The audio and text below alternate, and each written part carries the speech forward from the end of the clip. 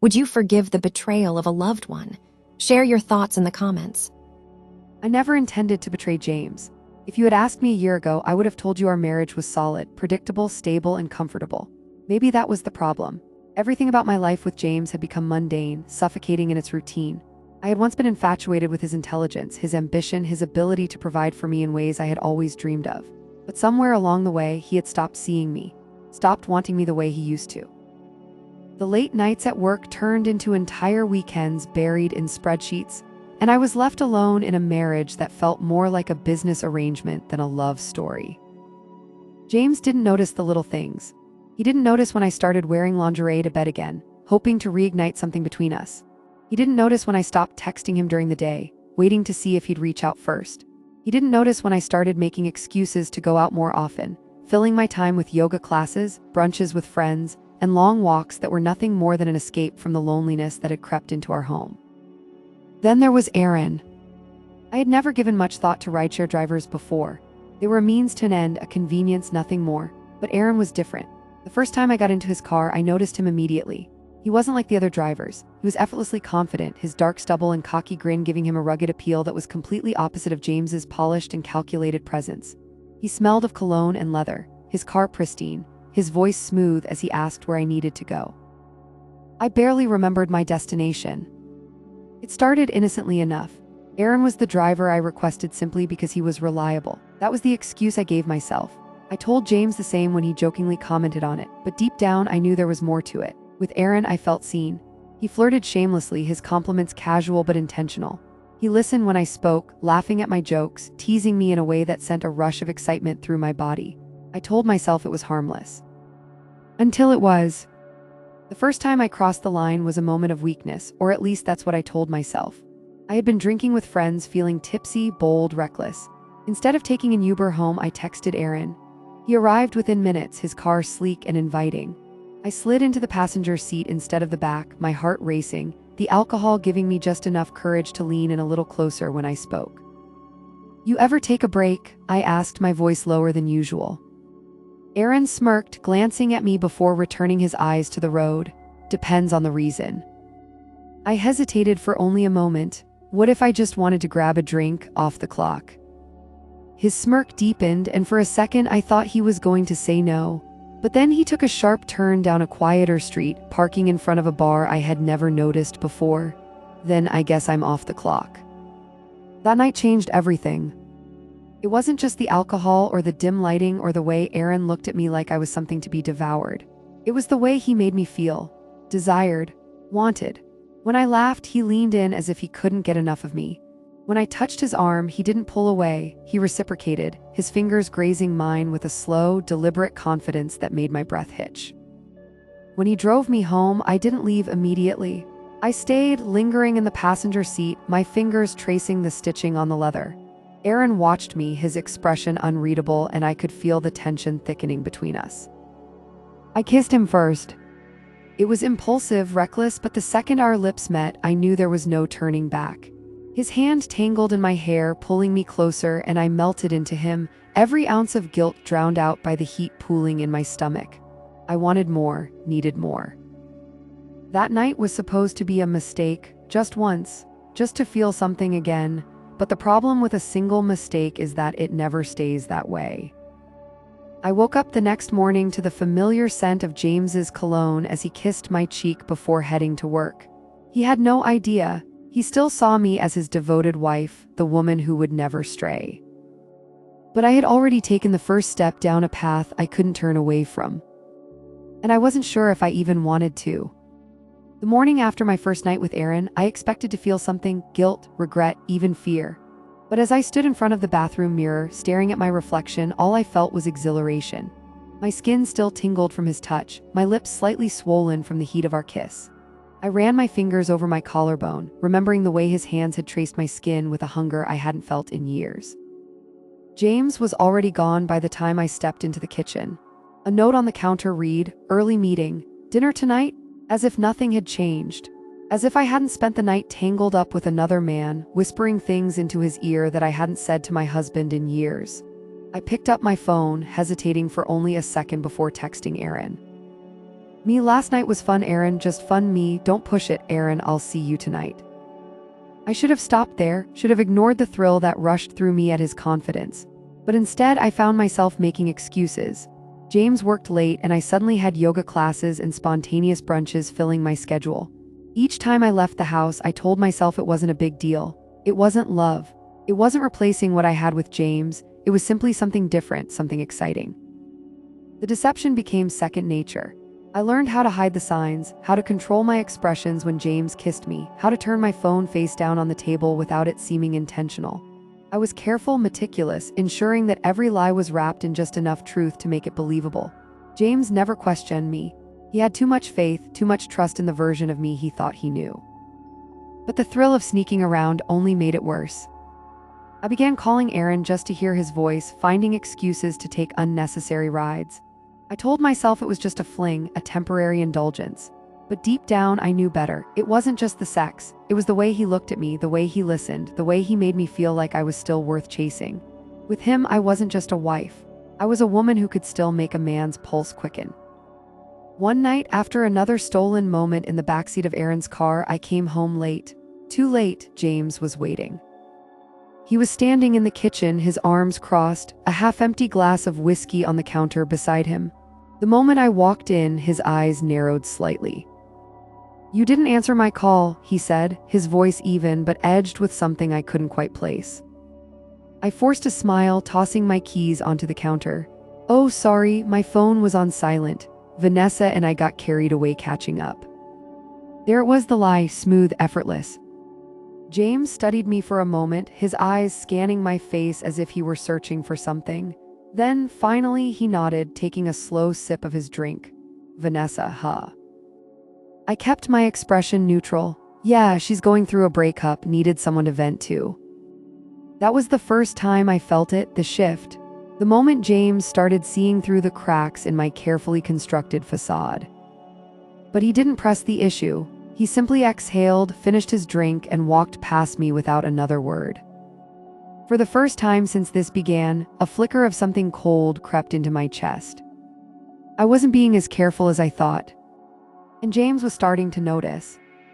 I should have slowed down, I should have been more careful, but instead, I let my recklessness consume me. James hadn't accused me of anything outright, but I knew he was watching me differently now. His questions were subtle, casual on the surface, but there was an edge beneath them, a quiet suspicion growing behind his eyes.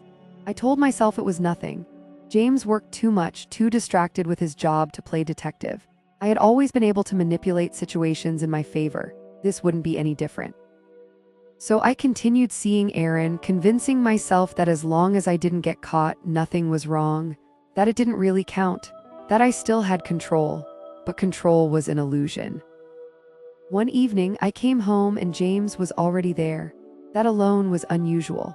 Normally, I had the house to myself for at least an hour after my yoga classes or brunches, time to shower off any lingering evidence of Aaron's touch, to reset myself into the role of the perfect wife. But tonight, James was waiting. He sat at the kitchen table, his laptop open, his expression unreadable. "You're home early," I said, keeping my voice light as I set my bag down. James closed his laptop, his fingers drumming against the table.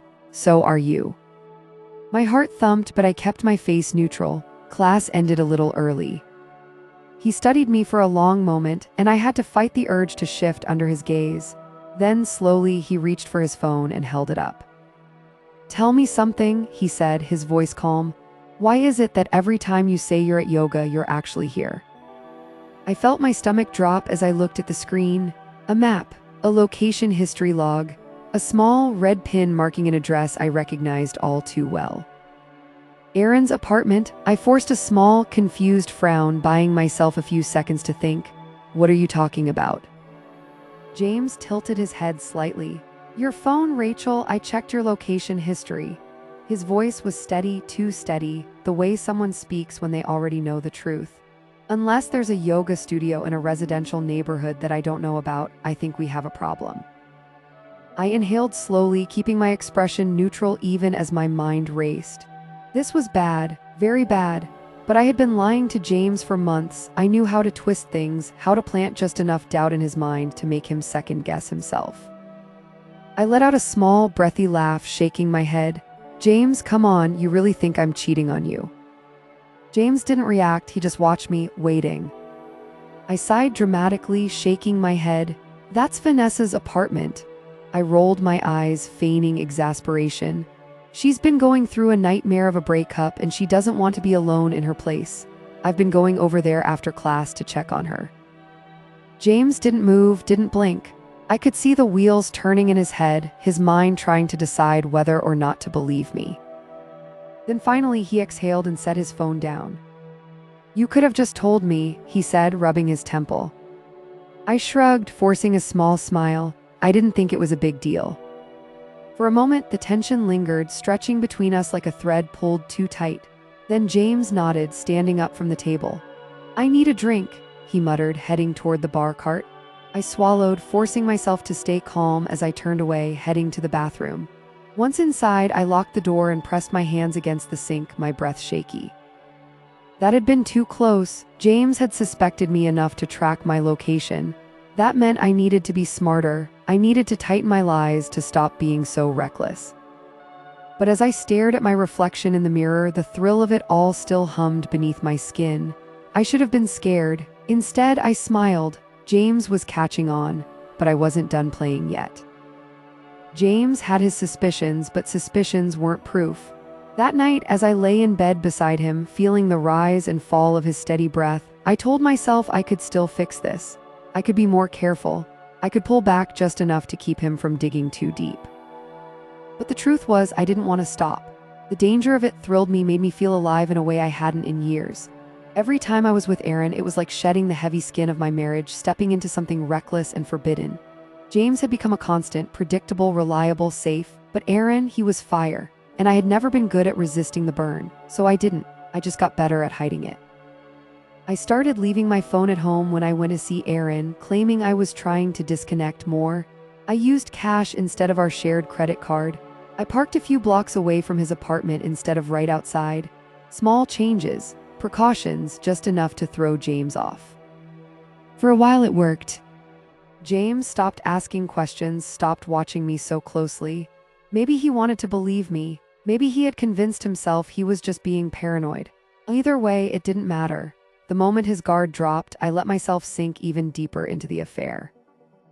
One night, after an especially heated rendezvous with Aaron, I got a text from James.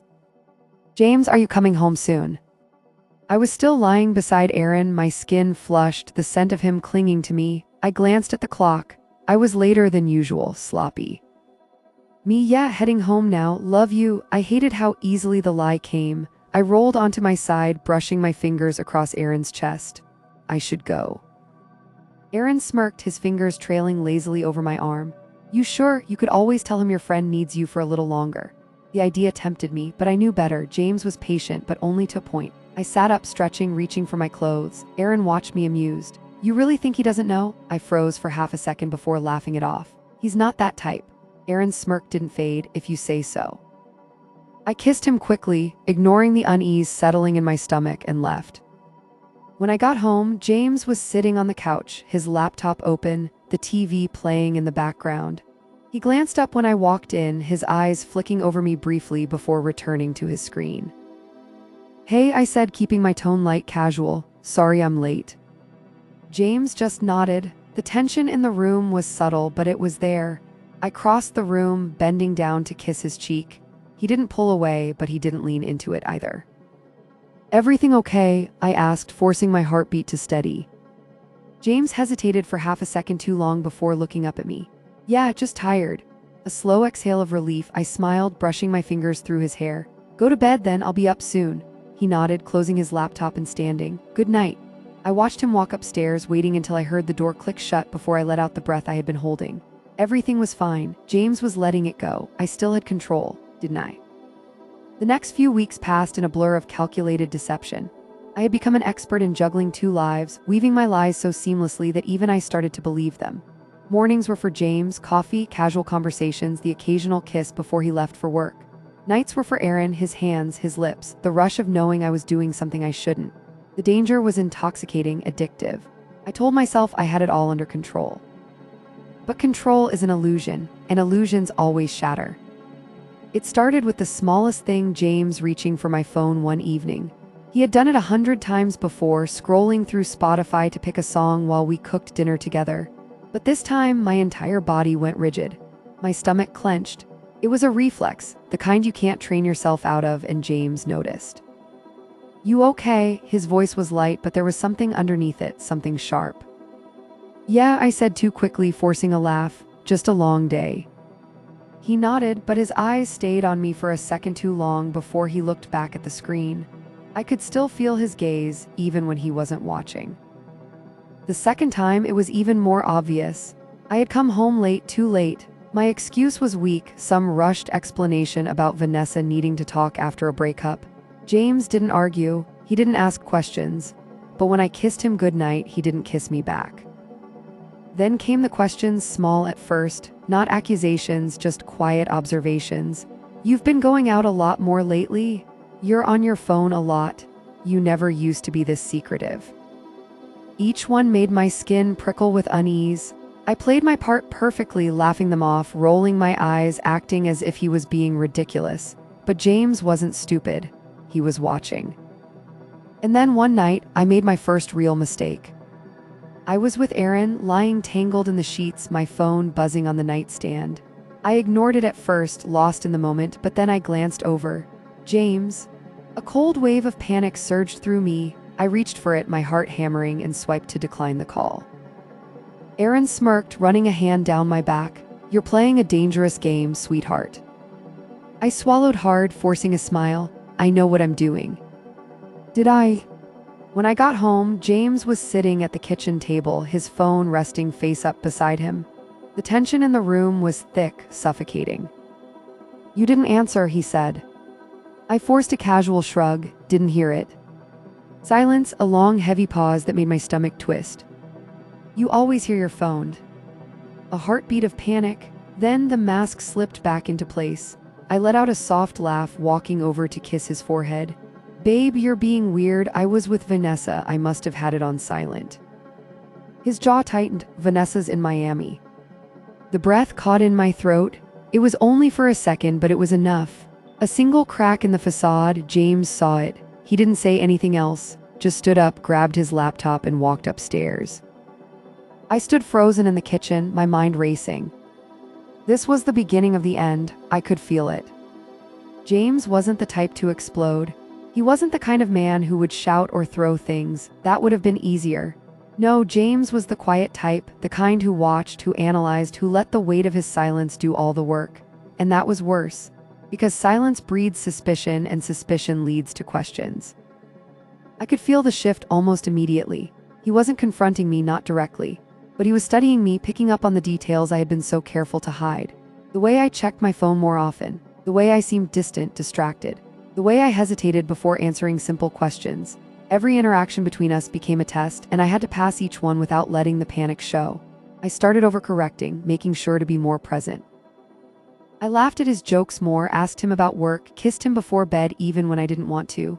I became the perfect wife again, the same way I had been in the early years. But it wasn't real. It wasn't effortless. I could see the calculation in my own reflection, the way I forced smiles, the way I clung to a version of myself that no longer existed. And then there was Aaron. He was different now, less of an escape, more of an obligation. What had once felt exhilarating now felt reckless. I was constantly looking over my shoulder, checking for cameras, double-checking that no one had followed me. Every time I was with him, there was a voice in the back of my head whispering that I was pushing my luck, that James was getting too close, that it was only a matter of time. But I couldn't stop. It wasn't about love, it wasn't even about Aaron. It was about the thrill, the danger, the feeling of slipping out of my real life and into another. The version of myself I became when I was with him was younger, freer, unburdened. She was Rachel the wife. She was Rachel the woman, and I didn't want to let that go. One night, after a late meeting with Aaron in his car, I came home to find James awake, sitting on the couch in the dark. The glow of his laptop screen cast sharp shadows across his face. I hesitated in the doorway, my breath catching for just a second before I forced myself to act normal. I walked past him, peeling off my coat, already mumbling something about how exhausted I was. But I felt it, the weight of his gaze. The slow, methodical way he turned his head to watch me, he didn't speak, he didn't ask where I had been, he just watched.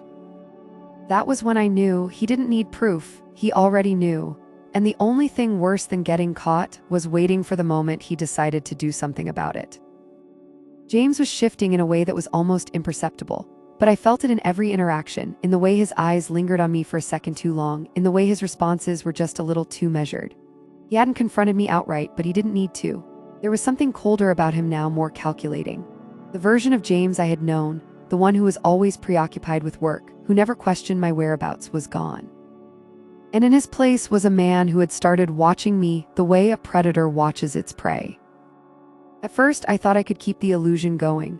I still played the part of the attentive wife, still kept my routine as tight as possible, making sure to come home at reasonable hours, to smile, to touch him, to make it seem like nothing had changed. But I could feel the walls closing in. It was like walking a tightrope with no net beneath me, and I had no idea how much longer I could keep my balance. I started to notice little things that made my skin crawl. My phone, which I always left face down, was suddenly moved slightly on the table when I wasn't looking. My laptop, which I never used at home, had its lid shifted just a fraction of an inch when I returned from the bathroom. The feeling of being watched never left me, even when I was alone in a room. And then there were the questions, seemingly harmless at first. Casual, offhand remarks designed to corner me without making it seem like an interrogation. How was brunch with Vanessa? The first time he asked, I answered easily. But when he followed up later with, where did you say you two went again? I hesitated. Had I mentioned the cafe on the west side, or the one downtown? My mind scrambled to remember what lie I had told him, and for a fraction of a second, my answer wasn't immediate. That was all it took. James didn't react, he just nodded, his expression unreadable, but I knew what had just happened. He was cataloging my answers, testing me, looking for inconsistencies. I stopped sleeping well. Every night I lay awake, listening for any sign that James was awake too. More than once I caught him staring at me in the dark. He thought I was asleep, but I was. I felt his gaze on me like a weight, suffocating, unbearable. Then came the night I knew, without a doubt, that he was no longer guessing. I had just returned from another stolen night with Aaron. My hair was still slightly tousled from his hands, and I had spent the last 10 minutes in the car reapplying lipstick, fixing my dress, making sure no trace of him remained. I had been careful. I had been meticulous. But as I stepped inside, James was waiting. Not sitting in the dark like before, not pretending to be asleep. This time he was standing in the middle of the living room, arms crossed. You're late. My stomach twisted, but I forced a soft laugh. I told you, Vanessa, and I lost track of time. James didn't move, didn't blink. The tension in the room was unbearable. Then, slowly, he reached into his pocket and pulled out his phone. He tapped the screen, and suddenly the room was filled with my own voice. I miss you too, tomorrow, same place. My blood ran cold. It was me, my voice, my words. A recording. James tilted his head slightly, watching my reaction. Wanna try again? I couldn't breathe, I couldn't move. I had thought I was in control of this game, but I had been wrong. James wasn't guessing anymore. He knew. My mouth was dry, my pulse hammering in my ears. I opened it to speak, to come up with something, anything, but nothing came. The recording played again, the sound of my own voice, a noose tightening around my throat. My stomach dropped as I realized there was no escaping this. James had evidence, not just suspicions, not just carefully placed questions, proof. I forced my lips to part, reaching for the one defense I had left. James, this isn't what you think. The words felt weak, pathetic, even as they left my mouth. James just stared at me, his expression unreadable, his grip on his phone tightening. He was letting me speak, letting me bury myself. I took a slow breath, willing my body to calm, to think rationally. I don't know where you got that, but it's not what it sounds like. It was just... I paused, looking for the right excuse, the right way to maneuver out of this. It was Vanessa's friend, okay? She was messing around on my phone, pretending to be me. Enough. The single word sliced through the air like a knife. He was done humoring me. James took a step forward, and I instinctively took one back. He wasn't violent, had never been, but there was something in his eyes I had never seen before. Something sharp, dangerous. The mask of the devoted, oblivious husband had slipped, and in its place was a man who had been pushed to the edge. "I know everything, Rachel." The words sent a shiver down my spine. Everything, everything. I licked my lips, my mind racing, but James didn't give me time to speak.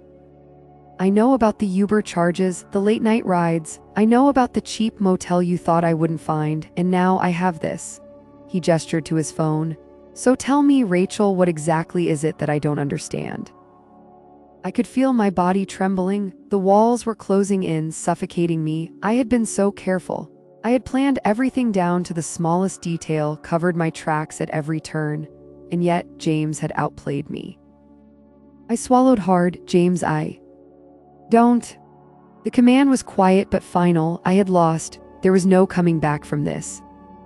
Silence stretched between us, thick and unbearable. Then, slowly, James exhaled and slipped his phone back into his pocket. "You should sleep in the guest room tonight." His voice was eerily calm, but the way his hands clenched into fists at his sides told me he was barely holding himself together. He wasn't going to explode, wasn't going to scream. That wasn't his way. No, James was controlled, calculated, and that terrified me more than anything. I opened my mouth, but no words came. I had nothing to say that wouldn't make this worse. Without another word, I turned and walked down the hallway, my legs shaky, my chest tight. I closed the door to the guest room behind me, pressing my back against it as I tried to catch my breath. This wasn't over. James hadn't yelled, hadn't demanded an explanation. He was thinking, calculating. That meant he had a plan. And I had no idea what it was. Lying in the guest room, I stared at the ceiling, my mind racing in circles. The weight of what had just happened pressed down on me like a crushing force. James knew. He had evidence. He wasn't asking questions anymore. He had already decided I was guilty. And now, the silence that followed was more terrifying than any screaming match could have been. I replayed the moment in my head, searching for a way out. If I could just talk to him, manipulate the situation, I could find a way to spin this. But the way he had looked at me before shutting me out told me that wasn't an option. This wasn't the same James I had been able to charm, deflect, and control for years. This was a version of him I didn't recognize, one that was calculating his next move, not reacting emotionally. I rolled onto my side, my fingers curling into the sheets. I needed a plan. I needed to act fast. If James had already gone through my records, what else did he know? Did he know about the money, about the gifts Aaron had given me? Had he gone through my messages, my emails? Had he spoken to Aaron? A chill ran down my spine. The thought of Aaron sent a wave of anxiety crashing over me. If James confronted him, Aaron might not keep his mouth shut. He wasn't stupid, but he wasn't exactly reliable under pressure. If James pushed him, if he cornered him, he might spill everything just to protect himself. I sat up, my heart hammering. I needed to get ahead of this. Slipping out of bed, I moved as quietly as possible. The house was silent, the only sound the faint hum of the refrigerator in the kitchen. I cracked the guest room door open just enough to peer down the hallway. James' office door was shut, the faint glow of light spilling from the crack underneath. He was still up. Of course he was. I grabbed my phone and padded into the bathroom, locking the door behind me before dialing Aaron's number. It rang twice before he picked up. "Hey, gorgeous," he answered smoothly, his voice laced with sleep. "Miss me already?" I exhaled sharply, keeping my voice low. "Aaron, listen to me. James knows. He found something, recordings, Uber charges, maybe more. He confronted me tonight." Silence. Then Aaron cursed under his breath. "Shit, are you serious?" "Yes, and I don't know what he's going to do next. He's not the type to blow up. He's going to be smart about this. That's what scares me." Okay, don't panic," Aaron said, though I could hear the tension creeping into his voice. "What do you want to do? What's your plan?" I swallowed hard. "I need to know if he's reached out to you. If he does, don't say anything. Just deny. He's bluffing. He doesn't have proof of everything yet. If we keep our stories straight, we might still be able to turn this around." Aaron exhaled. "All right, if he comes to me, I play dumb. But Rachel, if he really knows this isn't going to end well, you need to start thinking about an exit plan." I clenched my jaw. "I know." "No, I mean a real one. If he files for divorce, you're screwed. You need to get ahead of this before he makes a move." My stomach twisted. The word divorce had always been an abstract fear, something distant, something I could control. But now it was a tangible threat. And Aaron was right. If James went through with it, I wouldn't just lose my marriage, I'd lose my lifestyle. I took a shaky breath. I'll figure it out, just be ready in case I need you. Aaron was quiet for a moment, then finally he said, I always am. I hung up and stared at my reflection in the mirror. My face looked different, hollow, paler than usual. My eyes, once sharp and confident, now looked uncertain. I wasn't used to this feeling, losing control. James was smart, but I was smarter. I had manipulated my way through worse situations. If he wanted to turn this into a battle, I was going to make damn sure he regretted it. I just needed to act before he did. I barely slept. My body was exhausted, but my mind wouldn't shut off. Every time I closed my eyes, I saw James' face, cold, calculating. He wasn't screaming, wasn't throwing accusations blindly. He was waiting, watching, letting me sweat. That was more terrifying than any explosive argument could ever be. By morning, I knew what I had to do. If James was going to make a move, I had to beat him to it. He was a man who played by the rules, and that was his weakness. I didn't have that problem. I got out of bed early, took a shower, and dressed in something simple, jeans and a sweater. Nothing too put together, nothing that would make it seem like I was planning something. James was already up, sitting at the dining table with his laptop open, a cup of coffee in his hand. He didn't look up as I walked in. The tension in the room was suffocating. I forced a small smile. Morning. He didn't respond. Fine, I wasn't here to chat anyway. I grabbed my phone and keys. I'm going to brunch with Vanessa, I lied smoothly. I'll be back later. That got his attention. His eyes flicked up, sharp and assessing, as if he was already dissecting my words. I gave nothing away. James didn't stop me as I walked out the door, but I could feel him watching me as I left. I got into my car and drove away, my hands gripping the wheel tightly. My destination wasn't brunch. It was my lawyer's office. If James thought he could corner me, he was about to realize I wasn't going down without a fight. I sat across from the divorce attorney, my leg crossed over the other, my expression carefully neutral. The office smelled like expensive leather and faint cologne, the kind of place where people came to win, not settle. The lawyer, a sharp-eyed woman in her late 40s, folded her hands together. You said you wanted to discuss a preemptive divorce strategy. I nodded hypothetically, her lips twitched, hypothetically.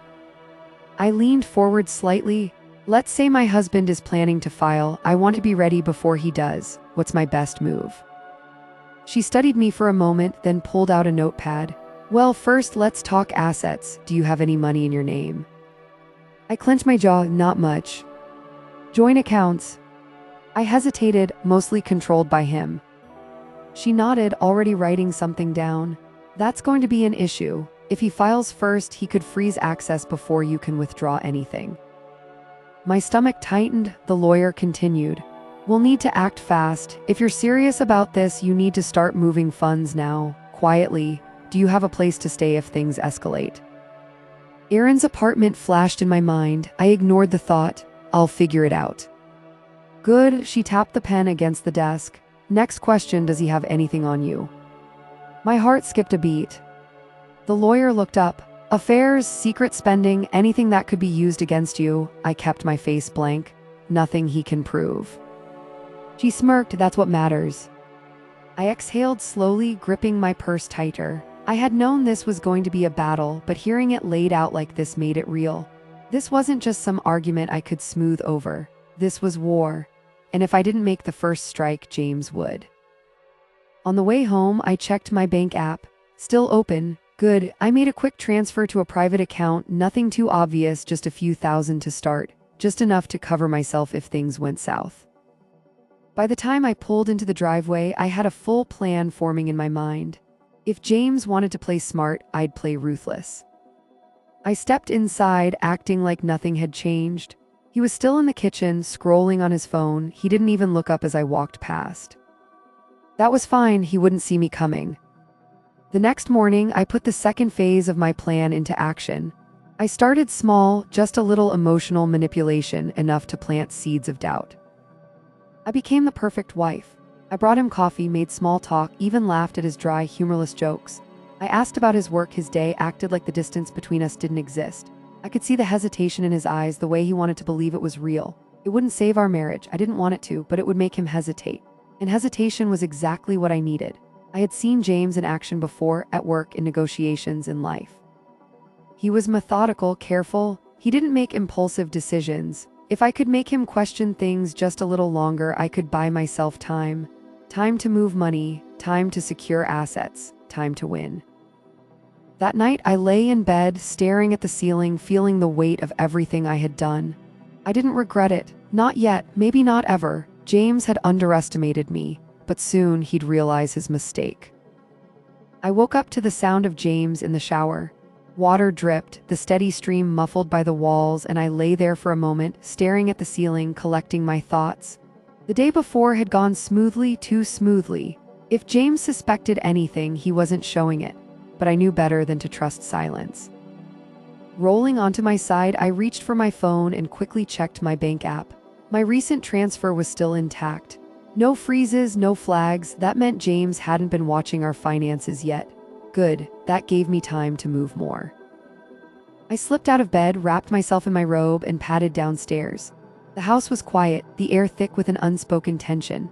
Every moment now felt like a countdown, but to what I wasn't sure. James came downstairs a few minutes later, dressed in his usual work attire, crisp, pressed, controlled. He barely acknowledged me as he poured himself coffee. The cold distance between us had become our new normal. I let the silence stretch before breaking it. "You working late tonight?" My voice was casual, light, like nothing had changed. James didn't look up. "Probably." "Liar," I nodded, sipping my own coffee. "I might go out with Vanessa." Another lie. James' eyes flicked to mine just for a second before he looked away again. "Sounds fun." I studied him carefully, but his expression remained neutral. He wasn't giving anything away. That made two of us. He left for work without another word, and as soon as I heard the garage door shut, I was moving. I grabbed my laptop, pulled up my email, and typed out a message to my lawyer. Let's move forward. The next few days were a careful dance. I played the part of the oblivious wife, sweet and accommodating, just enough to make James question himself. If he was planning to file first, I needed to buy time before he pulled the trigger. At the same time, I was making moves behind the scenes. I transferred more money, set up a second private account, and started looking at apartments. Nothing serious yet, just preliminary searches, a just-in-case kind of thing. I told myself it was a backup plan. But deep down, I knew it was inevitable. Then something changed. James stopped avoiding me. At first, it was subtle. He started watching me more, his gaze lingering a little too long when he thought I wasn't looking. He started coming home on time, staying in the same room instead of disappearing into his office. He even suggested dinner one night, an actual sit-down meal like we hadn't had in months. It should have made me nervous, maybe it did, but mostly it pissed me off. He was testing me. James was many things, but he wasn't the type to reconcile out of nowhere. No, this was a strategy. He was waiting for me to slip up, to give him a reason to strike first, so I gave him nothing. I smiled, laughed at the right times, let him think I was easing back into normalcy. I played the role of the devoted wife perfectly, all while making sure my exit strategy was airtight. I wouldn't just leave James, I would beat him. Then the first real hit came. I was sitting in the living room, pretending to scroll through my phone, when I heard the distinct sound of James' voice coming from upstairs. I frowned. It wasn't like him to take calls in the bedroom. Slowly, I crept up the stairs, careful not to make a sound. The door was cracked open just enough for me to hear. "Already spoke to my lawyer." My heart slammed against my ribs. James' voice was steady, controlled. "No, she doesn't know, not yet." A pause. "I want to make sure everything is handled before I bring it up." Handled? I felt my blood turn ice cold. James was planning something, and he was ahead of me. I backed away slowly, careful not to make a noise, then turned and walked back downstairs, my mind racing. If James was already talking to a lawyer, that meant he wasn't just considering divorce, he was preparing for it. And if he was preparing, that meant he had something on me. The affair, the money transfers, Aaron, I forced myself to breathe. No, he couldn't prove anything. He was just laying the groundwork. That meant I still had time, but not much. That night, I barely slept. I lay next to James, feeling his presence beside me, wondering what was going on in his head, wondering how long he'd known I needed to act. The next morning after James left, I grabbed my phone and dialed Aaron. He picked up after the first ring. "Hey, babe." His voice was casual, warm, but I couldn't return it. I need to see you." He hesitated. "Now." "Yes, now." Aaron's apartment was exactly how I remembered it, small, messy in a lived-in way, nothing like the pristine, curated world James and I had built. But I wasn't here for comfort. I was here for a plan. Aaron sat on the couch, watching me closely as I paced. "You're freaking me out," he finally said. "What's going on?" I stopped, exhaling sharply. "James knows something, maybe not everything, but something." Aaron frowned. "You're sure?" I nodded. I heard him on the phone with his lawyer. Aaron swore under his breath, running a hand through his hair. "Shit. I need to know where we stand," I said quickly. "If this blows up, what happens next? Are you with me?" Aaron hesitated. It was small, barely noticeable, but I felt it. A slow, sinking feeling settled in my stomach. "Aaron," my voice was sharper now, "are you with me?" His jaw tightened. "Rachel, I don't know how deep I can get into this. This was fun, but..." I felt the world tilt slightly. Fun. The word made my skin crawl. I stared at him, a cold realization settling over me. "You're backing out," Aaron sighed. "I didn't say that." "You didn't have to asterisk." Silence stretched between us, and that's when I knew I was alone in this. I left Aaron's place with my blood boiling. Of course he would do this. The moment things got real, he was gone. He liked the thrill of it, the stolen moments, the easy part.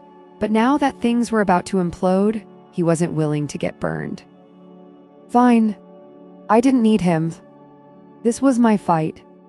When I got home, James was already there. He was sitting in the living room, waiting for me. I paused in the doorway, my heart pounding, but I forced myself to stay calm. James met my gaze, unreadable. Then slowly, he set down his glass and leaned forward. "We need to talk." The war had officially begun. James sat there, poised, controlled, like he had been rehearsing this moment. Every movement deliberate, every breath measured. I knew this wasn't a conversation, this was a trap. A test. He wanted to see how I would react, how much I already knew, but I wasn't going to play his game. Not yet. I walked into the room slowly, keeping my expression neutral, my heart pounding against my ribs like a drumbeat of warning. "What's on your mind?"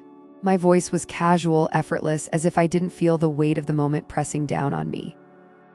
James tilted his head slightly, studying me. "I've been thinking," he said, his voice too smooth, too calm, "about us, about everything." He paused, like he was waiting for me to flinch, to react. I didn't. I forced myself to sit down across from him, crossing one leg over the other, mirroring his calm. And his lips curved into something that wasn't quite a smile. "I think we should be honest with each other." The words sent a ripple of unease through me, but I didn't let it show. Honesty? Now, after all this time? No, this wasn't about honesty. This was about leverage, about control. I exhaled slowly, tilting my head as if I were actually considering it. Honest about what? James leaned forward slightly, resting his elbows on his knees, eyes locked onto mine. "About the fact that things aren't working between us. About the fact that something has changed." A flicker of adrenaline surged through me, but I swallowed it down. He wasn't accusing me outright, not yet. He was circling, probing. He wanted me to confess before he had to prove anything. I shrugged. Every marriage has ups and downs. That doesn't mean it's broken. James studied me for a beat too long, then exhaled through his nose. "I'm not talking about ups and downs, Rachel." And there it was, the moment he pushed, the moment he showed his hand. I kept my face perfectly still, my fingers resting lightly on my knee, as if this conversation was nothing more than a mild inconvenience. "So what are you saying?" James didn't answer immediately. He was waiting for something, some crack, some tell. When I gave him nothing, he finally leaned back, nodding slightly to himself, like he had just confirmed something in his mind. "I'm saying I think we should talk about the future," he said, voice still maddeningly steady. "About whether or not we're on the same page." I could feel the walls closing in, the conversation tightening around me like a noose. If I admitted anything now, if I slipped, he would use it against me. But if I denied too hard, if I played dumb, he'd know for sure that I was lying. I had to walk the line. I sighed, running a hand through my hair like I was just tired of it all. "James, if you're trying to say you're unhappy, just say it. But don't sit here acting like I'm supposed to read between the lines." His jaw tightened just for a fraction of a second. He hadn't expected that. Good, keep him guessing. He leaned back, watching me carefully. I think we both know this isn't working. I let out a slow breath. So what do you want, a divorce? He didn't react, just held my gaze, letting the question hang in the air. But that silence told me everything I needed to know. He wasn't ready to say it, not yet. Which meant I still had time. I stood up, smoothing down my dress as I did. Let me know when you're done playing mind games, James. Then, without waiting for his response, I walked upstairs and shut the bedroom door behind me. My hands were shaking. That night, I lay awake, staring at the ceiling, my mind racing. If James wanted to talk about divorce, that meant he was laying the groundwork. It meant he was preparing his case, building his argument, waiting for the right moment to strike. And that meant I had to act now. I reached for my phone and started typing. We need to talk. I stared at the message for a long time before hitting send. The next afternoon, I met with my lawyer in a sleek downtown office. I had spent the morning reviewing everything, our finances, our accounts, every asset we had together. If James thought he was going to win this divorce, he was in for a surprise. The lawyer, a sharp-eyed woman in her late 40s, folded her hands on the desk. Tell me exactly what you want. I didn't hesitate. I want out of this marriage, but I want to leave on my terms. I don't want James thinking he can just discard me like an afterthought. Her expression remained unreadable. Do you have reason to believe he's already preparing to file? I nodded. He hasn't said it outright, but I can tell. She made a small note on her legal pad. And do you have anything on him? The question caught me off guard. I frowned. What do you mean? She glanced up at me, her face carefully neutral. If you want to walk away with the upper hand, you need leverage, something that puts him in a weaker position. I clenched my jaw. The problem was James was too clean, too calculated. If he had any skeletons, he kept them locked up tight. Meanwhile, I was the one with the affair, the money transfers, the late-night secrets. I was exposed. My stomach twisted. I don't have anything, I admitted. The lawyer sighed slightly, setting her pen down. Then you need to tread carefully. If James does have evidence against you, this could get ugly. I knew that. But hearing it out loud sent a fresh wave of dread through me. I forced myself to sit up straighter. Just tell me what I need to do to come out of this on top. The lawyer studied me for a moment, then finally nodded. You need to get ahead of him. If you're going to file, you need to do it before he does. I exhaled slowly, nodding. This was happening. That night I moved with purpose. I packed a small bag, just enough to not seem suspicious. I moved the rest of my money into a private account, made sure the apartment I had been eyeing was still available, and then when the house was quiet, I grabbed my keys and slipped out the door. I drove without thinking, without hesitating, my mind running through every possible outcome. This was it. The final stretch. James thought he had me backed into a corner, but he was wrong. I pulled into the parking lot of the apartment complex, my hands gripping the wheel tightly. This wasn't home, but it would be soon. I reached for my phone. I'm filing first. I hovered over the send button, my breath shallow. The moment I pressed it, there would be no going back. I exhaled slowly, then pressed send. The war had begun. I sat in my car for a long time after sending the message, watching the notification change from delivered to read. No immediate reply, no angry call, just silence. I knew James well enough to understand that meant one thing: he was calculating, not reacting, not panicking, just waiting. Fine, let him wait. I stepped out of the car, my heels clicking against the pavement as I walked toward the apartment complex. The place was nothing spectacular, modern, clean, temporary. A place to regroup, to plan, to get my footing before the real fight began. I had already spoken with the leasing office earlier in the day, so when I walked inside, the receptionist gave me a polite nod. Your keys ready, Ms. Clark. I took it without hesitation, gripping the cool metal between my fingers as I rode the elevator up to my new reality. The apartment itself was sparse. White walls, brand new appliances, and untouched energy that made it feel more like a showroom than a home. But that was fine. I wasn't looking for home. I was looking for control. I closed the door behind me, locked it, and exhaled. This was it. The first real move came the next morning. I walked into my lawyer's office with my head held high, papers already signed, every detail accounted for. The firm had sent over the draft of my divorce petition the night before, and I had gone through it carefully, making sure it reflected exactly what I wanted. 50% of the assets.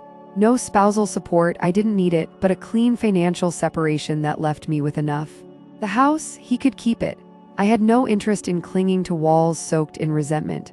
But my accounts, my freedom, those were non-negotiable. The lawyer flipped through the documents with quiet efficiency, nodding approvingly. We'll have this filed by the end of the day. That means he'll be served within 48 hours. A slow exhale left my lips. Good. Are you prepared for his reaction? I met her gaze evenly. I don't care what his reaction is. The lawyer hesitated for just a moment, studying me. Rachel, if he has any evidence of wrongdoing. I know I cut her off, but I've already thought ahead. I had deleted everything, every message, every transaction, the rideshare records, the hotel confirmations gone. I had spent hours scrubbing my trail, making sure that if James wanted to come after me, he would have nothing, or at least that's what I told myself. The first response came that night. Not a text, not a call, a knock at my apartment door. The sound froze me mid-step, my fingers tightening around the stem of my wine glass. I wasn't expecting anyone, and James wasn't impulsive. He wouldn't show up without a reason. I set my glass down, steeling myself as I walked toward the door. I didn't open it immediately, just stood there, heart pounding, listening. Then his voice. Rachel. I inhaled sharply, pressing my lips together. Not yet. I let a few seconds pass before finally unlocking the door, pulling it open just enough to see him standing there, his expression unreadable.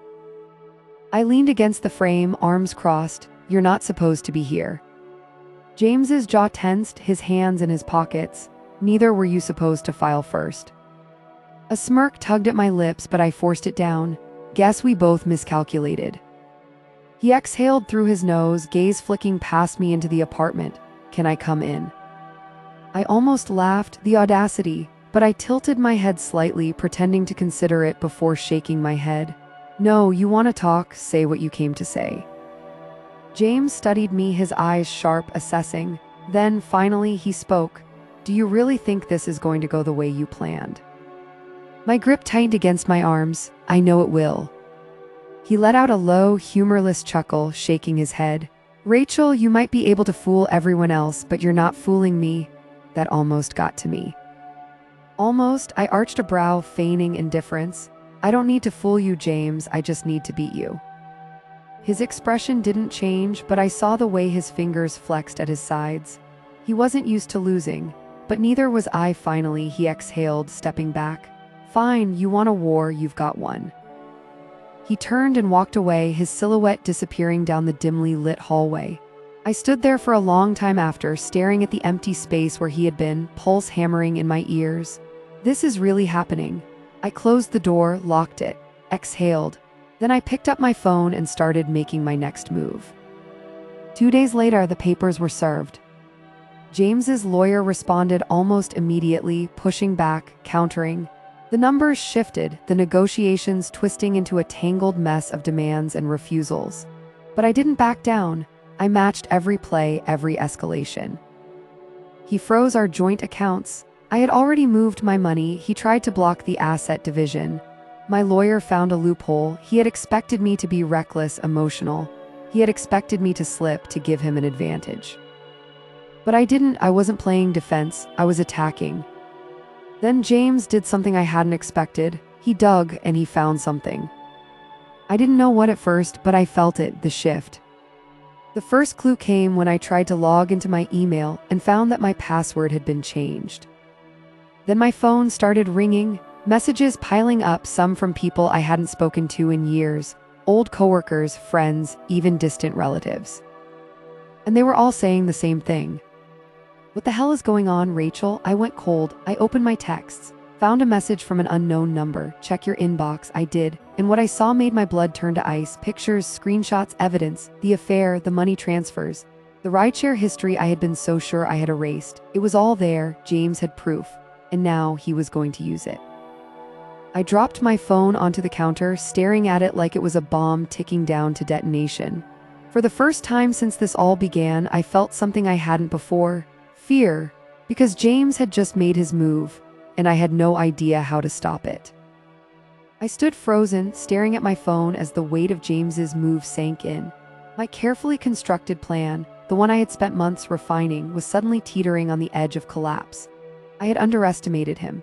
I had been so focused on controlling the narrative, on making sure the divorce played out on my terms, that I hadn't stopped to consider the one thing James had always excelled at: patience. He hadn't rushed into this like I had. He had waited, observed, gathered. And now, just when I thought I had him cornered, he had flipped the board entirely. The pictures weren't just proof of the affair. They were a carefully curated collection of everything: the hotel visits, the money transfers, even messages that I had deleted. They weren't just meant to expose me, they were meant to destroy me. But I wasn't going down that easily. I forced myself to take a slow breath, pushing down the rising panic. Think, Rachel, don't react. The first thing I did was call my lawyer. Voicemail, great. The one time I actually needed her to answer, she wasn't picking up. I left a brief message, keeping my tone steady, professional. We have a problem, call me back as soon as you can. The second thing I did was figure out how James had gotten this information. I had been careful, meticulous. I had erased everything, covered every track. There was no way he should have been able to piece this together. Unless... Aaron. A slow, burning rage coiled in my chest. He was the only one who had access to everything: the texts, the payments, the times and places we met. If James had gotten to him, if Aaron had talked, that meant I was dealing with more than just a vengeful husband. I was dealing with a traitor. I didn't hesitate. I grabbed my car keys and headed straight for Aaron's place, driving faster than I should have. The entire way there, my mind spiraled through every possibility, every way this could end. If James had already gone public with this information, if he had shared it with his lawyer, the court, his company, I could be looking at more than just a bad divorce. I could be looking at financial ruin. I parked outside Aaron's apartment and marched up the steps, knocking hard on his door. No answer. I knocked again, this time louder. Finally, the door opened a crack and Aaron's face appeared, tired, wary, guilty. I pushed past him before he could stop me, stepping into his apartment and spinning to face him. You gave him everything. Aaron let out a slow breath, rubbing the back of his neck. Rachel. Don't. My voice was sharp, cutting through whatever pathetic excuse he was about to give. He has everything. Our messages, our locations, the money transfers. How the hell did he get them? Aaron hesitated for half a second, too long. That was all I needed. My stomach dropped. I took a step back, shaking my head. You gave it to him. His jaw tightened. I didn't have a choice. I let out a sharp laugh, but there was no humor in it. You didn't have a choice. What did he threaten you? Pay you off? Aaron exhaled. He cornered me, Rachel. He had everything on me, my records, my finances. He knew I had priors, and he made it clear that if I didn't cooperate, he'd ruin me. I stared at him, my pulse hammering. So you ruined me instead. Silence. I took another step back, my entire body numb. I trusted you. Aaron sighed, running a hand down his face. I didn't want to do it, but Rachel, let's be real. You set this up to fail. You got cocky. You thought you could outplay him, but James isn't an idiot. You should have ended this before it got this far. My hands curled into fists. I should have ended this. Like it was all on me. Like I hadn't spent months cleaning up his mess, covering for his failures. Like I hadn't been forced to find something outside my marriage because James had turned into a lifeless, boring shell of a husband. I took a deep breath, swallowing down the fury clawing at my throat. Fine. If Aaron was useless, I needed to shift my focus. I turned on my heel and walked toward the door. Rachel. I didn't stop, didn't look back. Aaron was dead to me. I spent the next few hours doing damage control. The first step was contacting my lawyer again. This time, she answered. I didn't waste time with pleasantries. James has proof. We need to get ahead of this. She sighed on the other end of the line. I figured this might happen. What do we do? A pause, then carefully. Depends. How bad is the proof? I gritted my teeth. Bad. Okay, another pause, then we control the story. That was the first smart thing I'd heard all day. She laid it out plainly. If we let James take this to court first, I'd lose everything. But if we spun the narrative first, if I positioned myself as the victim, I could minimize the damage. The plan, a carefully crafted public statement, leaked at just the right time. Not outright denying the affair, but painting it in a different light. making James look like the neglectful, controlling husband who had driven me into Aaron's arms. It wasn't a lie, not entirely. James had been distant. He had ignored me for years, more obsessed with work than our marriage. He had failed to see what I needed to give me attention, affection, passion. That was all true, I just needed to reshape the story. By the time I hung up, my pulse had steadied. This wasn't over, not by a long shot. I still had power, I still had control. The next day, the first strike landed. I woke up to headlines, social media buzzing. The leak had been perfectly timed, an exclusive interview with a close source claiming that James and I had been on the rocks for years, that I had endured emotional neglect, that I had been left with no choice but to find comfort elsewhere. The sympathy poured in almost immediately. I always knew James seemed cold. She deserves to be happy. Emotional neglect is abuse too. James must have seen it because my phone started blowing up within the hour. Ignored, I knew he was furious. Let him be. The narrative had shifted. The damage to my reputation had been minimized, but the damage to his just getting started. By the time James finally broke his silence, the momentum was already against him. He released a statement through his lawyer denying the accusations of neglect, but it was too late. People had already chosen a side, mine, and just like that, the game had changed again. But I wasn't done, not yet. James wanted a war, I was about to give him one. James thought he could outmaneuver me. He thought that just because he had evidence, he had already won. But what he failed to understand, what men always failed to understand, was that facts didn't matter as much as perception. Truth was flexible, truth could be reshaped. And I was very good at reshaping it. The public already saw me as the wronged woman, the neglected wife pushed into the arms of another man by a cold, career-obsessed husband. But I needed to make sure that James wasn't just innocent in this. I needed to make him the villain. I spent the next 48 hours tearing down every last ounce of goodwill he had left. The first step was getting the right voices on my side. It started with a few carefully placed interviews, anonymous sources, former colleagues, mutual acquaintances, hinting at how James had always been emotionally distant, how his obsession with his job had made him impossible to love, how he had built a perfect image while neglecting his wife behind closed doors. Nothing explicitly damning, nothing that could be outright disproven, just enough to plant doubt. The second step was targeting his career.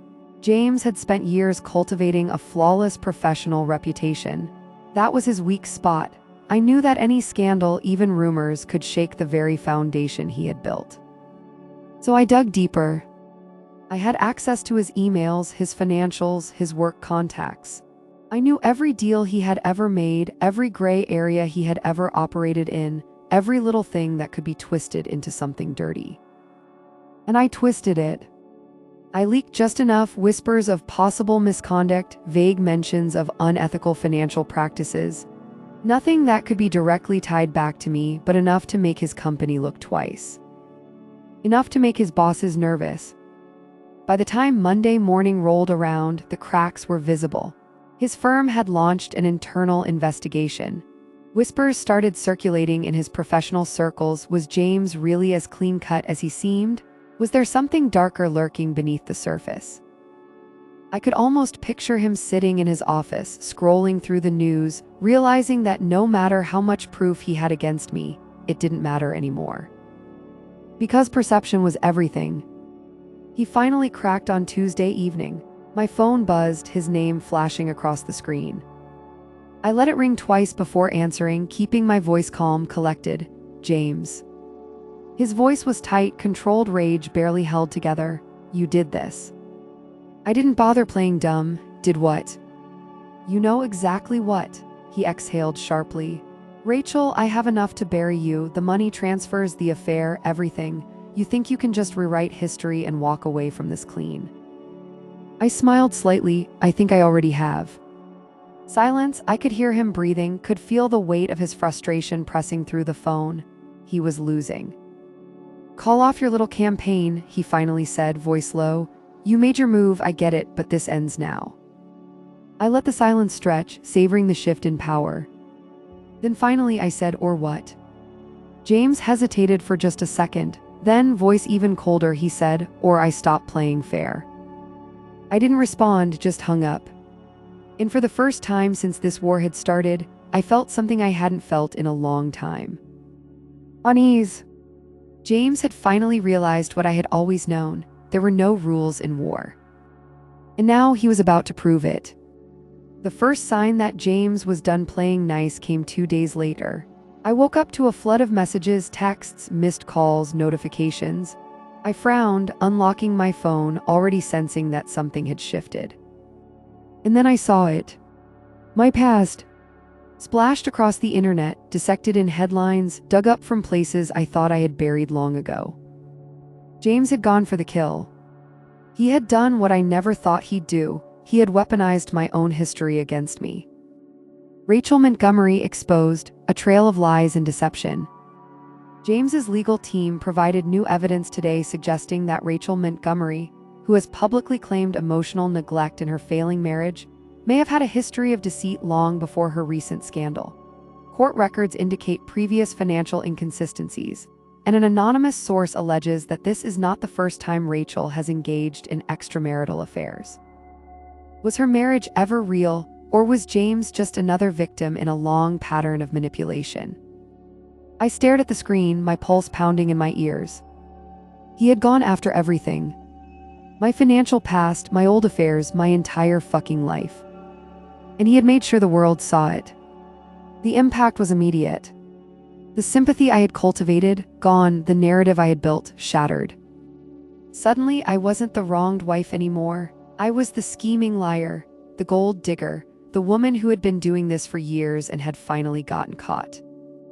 My carefully orchestrated public image had been burned to the ground overnight. James hadn't just fought back. He had won. For the first time, panic set in. I scrambled to do damage control, calling my lawyer, my PR team, trying to reclaim what little power I had left. But it was too late. The damage was done. James had played the one card I hadn't seen coming. And now I had nothing left to fight with. James made one last move to finish me off. He fast-tracked the divorce. With the public against me, with my credibility in ruins, the courts ruled in his favor. I got nothing. Not the house, not the assets, not the alimony I had been counting on. Every legal maneuver I had prepared, every loophole I had planned to use, useless. James walked away clean. I walked away ruined. On the final day of our marriage, I met him one last time. Not in court, not in a lawyer's office, in private. I sat across from him in a dimly lit bar, my drink untouched in front of me. He looked at me, expression unreadable. "You destroyed me," I finally said, my voice quiet. James exhaled slowly. "You did that to yourself." I swallowed hard. "You could have just left. You didn't have to burn it all down." He tilted his head slightly, studying me. "Neither did you." Silence stretched between us. For the first time, I realized something that I had never truly accepted before. James had never been weak. I had always thought I could control him, that I could outplay him, manipulate him, that I would always be 2 steps ahead. But in the end, James had been playing a different game altogether, and I had never stood a chance. I didn't say another word. I just picked up my drink, downed it in one long gulp, and walked away. I never saw him again. Everything was over. I sat in the dimly lit motel room, staring at the cracks in the ceiling, feeling the weight of every choice, every mistake, every reckless indulgence that had led me here. The final blow had been delivered, and this time there was no way out. James had won. He had taken everything, our home, our money, my reputation. He had turned me into a villain, and now all that was left was the wreckage of my own destruction. I had always been in control, always knew how to manipulate a situation to my advantage, always had a plan, an escape route, a way to spin reality in my favor. But now, as I sat in that silence, there was nothing left to twist, nothing left to fight for. The lawyers had made it clear I was finished.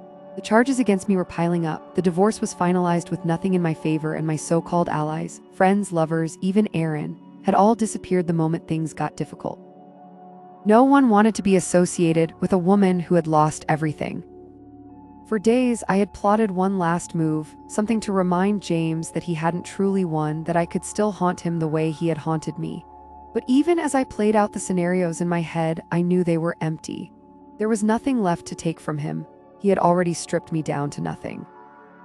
And for the first time in my life, I realized how fragile power really was, how quickly it could slip through my fingers, how easily I could go from controlling my own narrative to being reduced to nothing more than a cautionary tale. The whispers had started before the legal battle had even ended.